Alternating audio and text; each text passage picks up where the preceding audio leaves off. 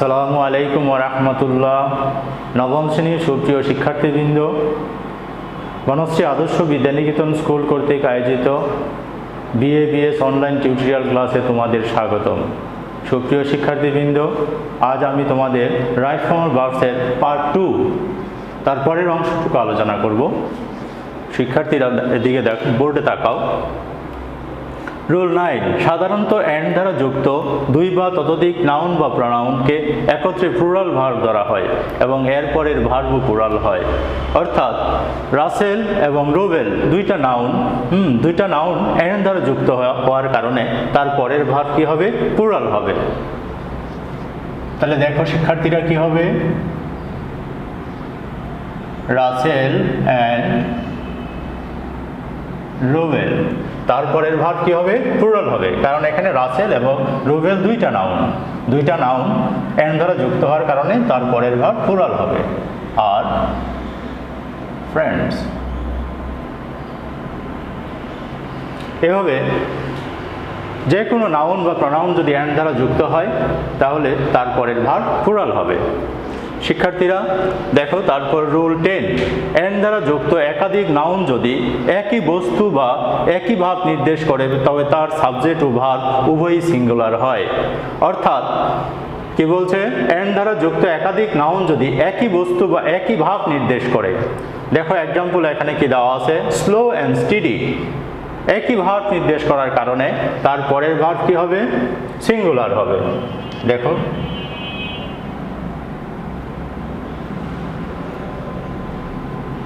Slow and steady singular হওয়ার কারণে ভার্বের শেষে এস বা ইএস যুক্ত হবে। উইন্স দ্য রেস,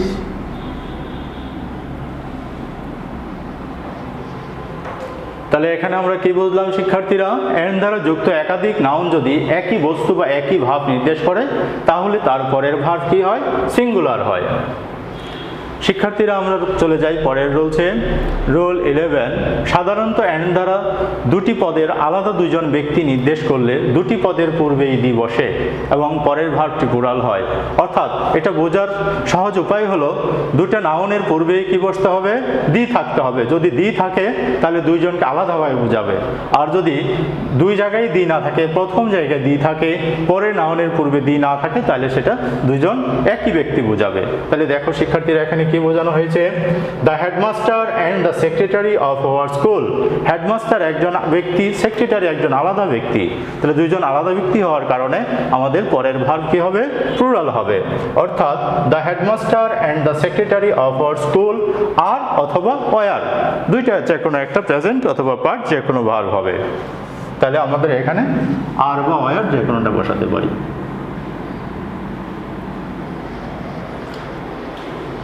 রুল 13, শিক্ষার্থীরা তাকাও। Not only but also, or and not দ্বারা যুক্ত দুই বা ততোধিক নাউন বা প্রনাউনের ক্ষেত্রে সর্বশেষ নাউন বা প্রনাউনটি অনুসারে ভার্ব হয়। কি বলছে? Not only but also, or অথবা নট দ্বারা যুক্ত দুই বা ততোধিক নাউন বা প্রনাউনের ক্ষেত্রে সর্বশেষ নাউন বা প্রনাউনটি অনুসারে ভার্ব হয়। শিক্ষার্থীরা এখানে তাকাও, এক্সাম্পলে ইউ অ্যান্ড হি। আমাদের এখানে দুইটা নাউন আছে, দুটি নাউনের মধ্যে সর্বশেষ নাউন হলো হি। তাহলে আমাদের এখানে এন্ড দ্বারা যুক্ত হওয়ার কারণে হি এর পরের যে ভার্বটি আছে, তাহলে সে ভার্বটি কি হবে? সে ভার্বটি আমাদের কি হবে? সেই অনুসারে ভার্ব হবে। তাহলে আমাদের সাবজেক্ট এখানে কি? হি। তাহলে সেখানে আমাদের কি হবে? দেখো, you and he is present বা was present that day. That day বলতে এখানে অতীতের কাজই বোঝায়। তাহলে আমরা এখানে ইজ না দিয়ে ওয়াজও দিতে পারি।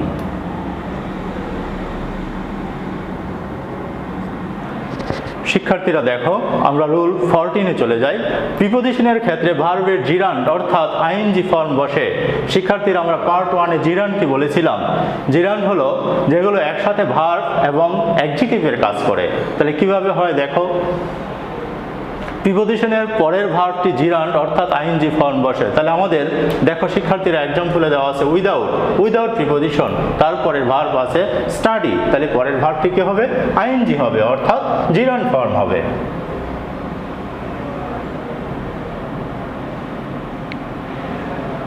উইদাউট স্টাডি আছে হবে studying, without studying hard you can not pass.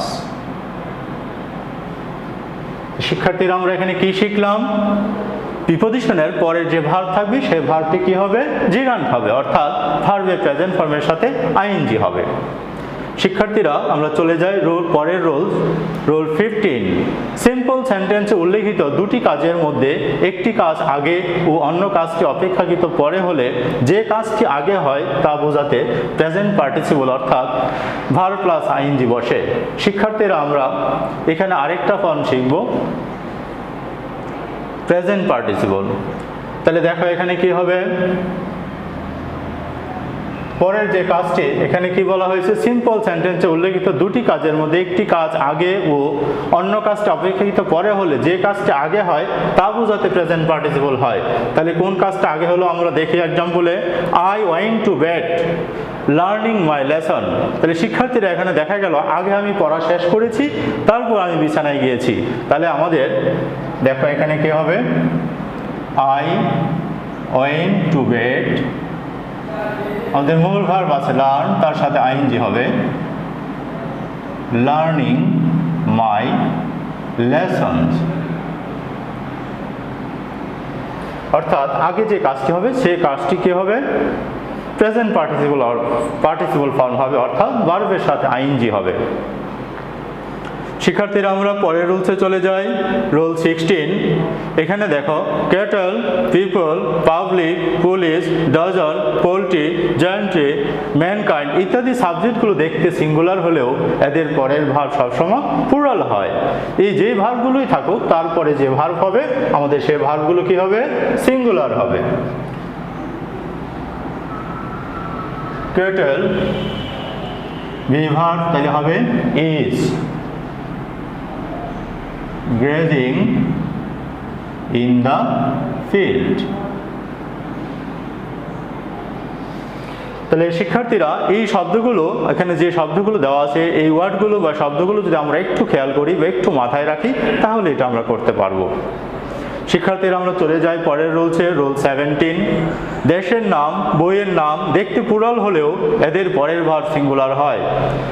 এখানে একটা এক্সাম্পল দেওয়া আছে, দেখো শিক্ষার্থীরা, the United states of America.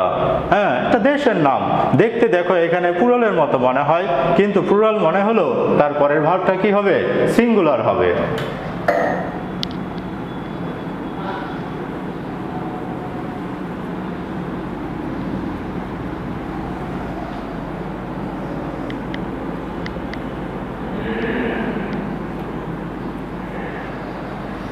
Verb হবে is a rich country. The United States of America is a rich country। শিক্ষার্থীরা আমাদের সর্বশেষ রোল যেটা রোল 18, ওয়ান অফ এর পরের নাউনটি প্লুরাল হলেও ভার্ব সিঙ্গুলার হয়। ওয়ান অফ দিয়ে যদি সেন্টেন্স শুরু হয়, হ্যাঁ, তাহলে আমাদের পরের ভার্বটা কি হবে? সিঙ্গুলার হবে। দেখো এখানে ওয়ান অফ দ্য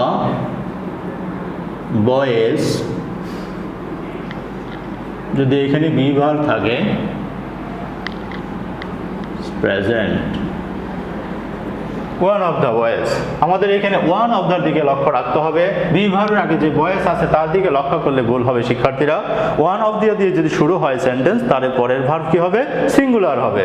তাহলে আমাদের এখানে বি ভার্বের জায়গায় কি হবে? ইজ বসবে। আমাদের ভার্বটা কি হবে? ইজ হবে।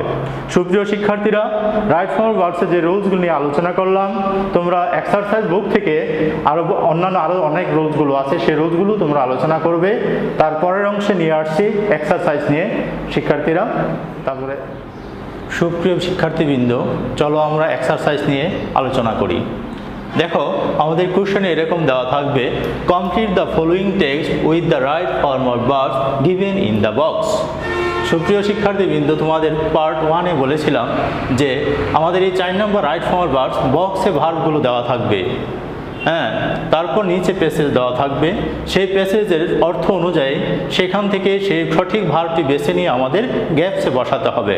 সুপ্রিয় শিক্ষার্থীবৃন্দ, তোমাদের আরেকটা জিনিস জেনে রাখা ভালো যে এখানে আমাদের পুরো প্যাসেজ তোলার দরকার নেই, শুধু সঠিক যে অ্যান্সারগুলো নিচে আমরা এইভাবে ABCD দিয়ে নিচে নিচে আমরা অ্যান্সারগুলো লিখব। শিক্ষার্থীরা চলো আমরা দেখে নিই, পুরো প্যাসেজটা নিয়ে একটু আলোচনা করি। দেখো আমাদের দৈনন্দিন জীবনের অতি সাধারণ একটি ঘটনা ট্রাফিক জ্যাম। ঘর থেকে বের হলেই আমরা যেই বাধার সম্মুখীন হই সেটা নিয়ে আমাদের আজকে আলোচনার বিষয়।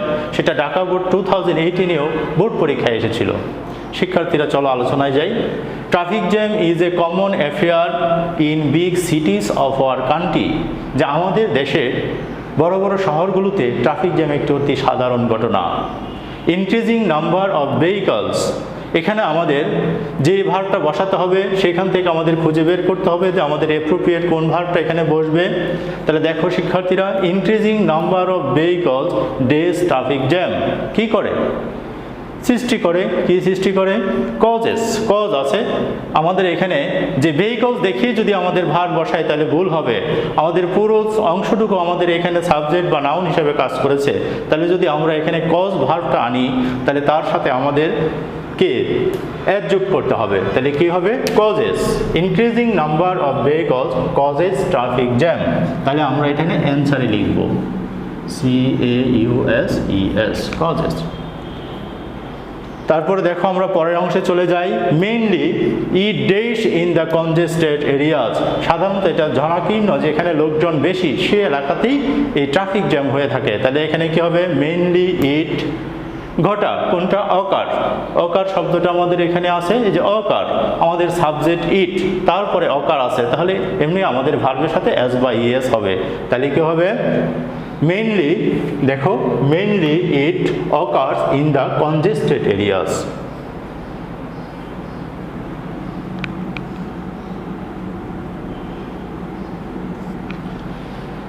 ট্রাফিক জ্যামটা যেখানে লোকজন বেশি, যে এলাকায় লোকের সমাগম বেশি সেখানেই ঘটে থাকে। Overtaking tendency also days traffic jam. Overtaking tendency আমাদের দেশে ট্রাফিক জ্যামের একটা বড় সমস্যা। হ্যাঁ, ওভারটেকিং টেন্ডেন্সি হলো একটা গাড়ি তার পাশের গাড়িকে পাশ কাটিয়ে আগেই চলে যাওয়া, সামনে আগায়া যাওয়া। তাহলে ওভারটেকিং টেন্ডেন্সি অলসো আমাদের কোন ভার্বটা? সৃষ্টি করা, ক্রিয়েট। তাহলে ওভারটেকিং টেন্ডেন্সি এখানেও সাবজেক্টটা কি হবে? বেস ফর্ম হবে, তার সাথে এস বা ইএস হবে। তাহলে কি হবে? Overtaking tendency also creates traffic jam.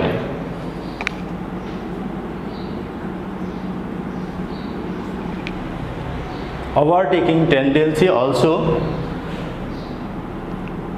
Creates traffic jam. তারপরে দেখো বন্ধুরা কি আছে?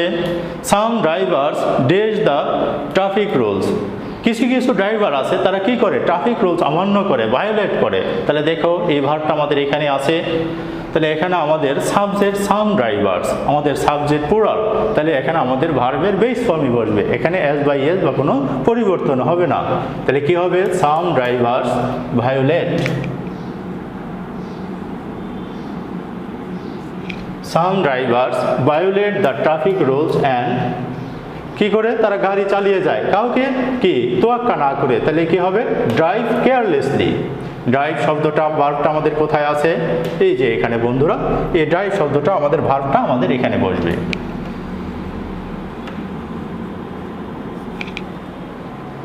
তো আমাদের দেশে ট্রাফিক জ্যামের আরেকটা অন্যতম কারণ হলো ওভারটেকিং টেন্ডেন্সি, আর আরেকটা হলো যে কাউকে তোয়াক্কা না করে ট্রাফিক রুলস অমান্য করে গাড়ি চালানো। তারপরে দেখো বন্ধুরা কি আছে? It does a lot of pains to the people. এটা মানুষকে কি দেয়? কষ্ট দেয়। তাহলে গিফট দেওয়া কোথায় আছে আমাদের এই ভার্বটা? দেখি গিফট। তো আমাদের সাবজেক্ট আছে এখানে it, third person singular number, verb এসেছে কি হবে? এস বাই ইএস হবে। তাহলে কি হবে? It gives. It gives a lot of pains to the people. এটা মানুষকে অনেক অনেক বেশি কষ্ট দেয়।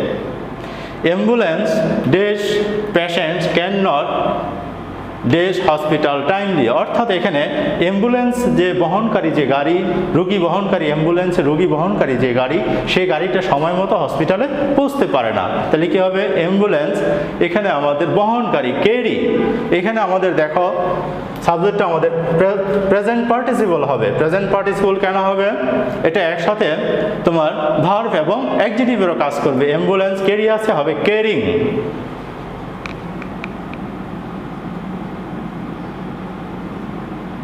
Ambulance carrying patient can not dash hospital, পৌঁছানো, রিচ শব্দটা ভার্বটা কোথায় আছে? এখানে, তার কোনো পরিবর্তন হবে না, সেখানে হবে রিচ।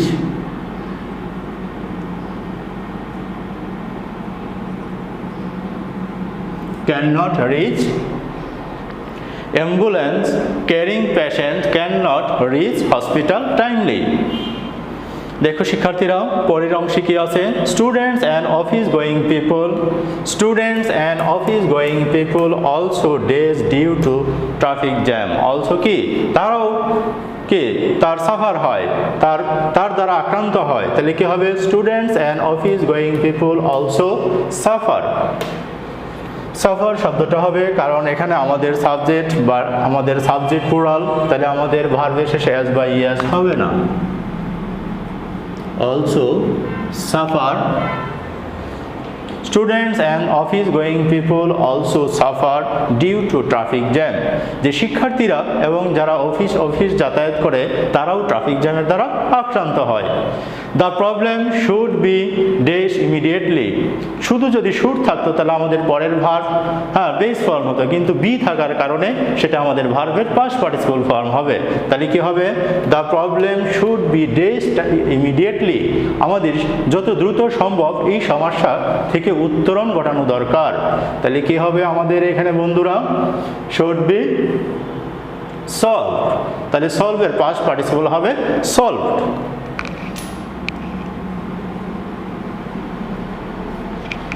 সুপ্রিয় শিক্ষার্থীরা, তোমরা যদি একটু মনোযোগ দিয়ে প্র্যাকটিস করো বেশি বেশি করে, তাহলে তোমাদের রাইট ফর্ম ভার্বসের যে জটিলতা সেটা ইনশাল্লাহ কেটে যাবে। সুপ্রিয় শিক্ষার্থীরা, তোমরা বাসায় বেশি বেশি করে প্র্যাকটিস করবে, নিজের শরীরের প্রতি লক্ষ্য রাখবে। আজকের মতো এখানেই, আল্লাহ হাফেজ।